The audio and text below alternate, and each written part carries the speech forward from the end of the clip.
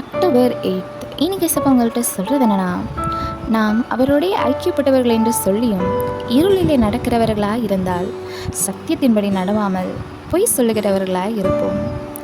இன்னைக்கு நம்மள பலர், நான் ஒரு கிறிஸ்தவன், எனக்கு இயேசுவை ரொம்ப பிடிக்கும், நான் சண்டே ஆனால் தவறாமல் சர்ச்சுக்கு போயிடுவேன், ஞானஸ்தானம்லாம் எடுத்திருக்கிறேன்னு சொல்கிறோம்.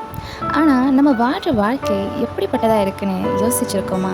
வசனம் தெளிவாக சொல்லியிருக்கு, நம்ம அவரோட பிள்ளையாய் அவருடைய ஐக்கியப்பட்டவர்களாய் இருந்தோம் ஸ்டில் நம்ம போய் பொறாமை, கசப்பு, இச்சைன்னு இருளில் நடக்கிறவர்களாய் இருந்தால் நம்ம பொய் சொல்லுகிறவர்களாய் இருக்கிறோம். தேவன் வெளிச்சமாக இருக்கிறார், அவரிடத்துல எவ்வளோ வேணும் இருளே இல்லை. அப்போது அவரோட பிள்ளையாய் வாழ்கிற நம்மளும் வெளிச்சத்தில் நடக்கிறவர்களாய் தான் இருக்கணும். ஏசப்பா நம்ம வெறும் சண்டே கிறிஸ்டியன்ஸாக இருக்கிறதுக்காகவோ இல்லை மற்ற ஜனங்கள் முன்னாடி நம்மளை ரொம்ப பர்ஃபெக்ட்னு காண்பிக்கிறதுக்காகவோ தன்னோட ஜீவனை கொடுக்கலை. நம்ம பாவங்களை மறைத்து எப்படி வேணும்னாலும் வாழ்ந்துக்கலாங்கிறதுக்காக அவர் தன்னுடைய ரத்தத்தை சிந்தலை.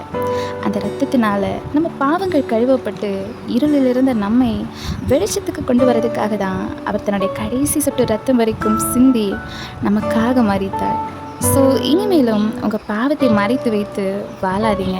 அவருக்கு உங்களை நீங்கள் முழுவதுமாய் விட்டு கொடுக்கும்போது உங்கள் வாழ்க்கையில் இருக்கிற எல்லா இருளும் மறைந்து போகும். Because where the light of Jesus shines, darkness has no power. Have a blessed day.